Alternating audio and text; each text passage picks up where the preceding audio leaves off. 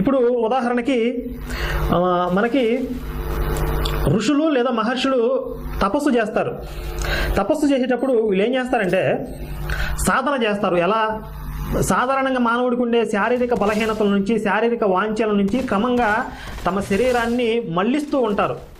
ఇప్పుడు ధ్రువుడు నారాయణుడి కోసం తపస్సు చేశాడు. ధ్రువుడు ఏం చేశాడంటే మొదటి మాసంలో పళ్ళు ఆహారంగా తీసుకున్నాడు, రెండవ మాసంలో ఆకులు ఆహారంగా తీసుకున్నాడు, ఇక మూడవ మాసంలో గాలి మాత్రమే భక్షణ చేశాడు, వాయు భక్షణ చేశాడు.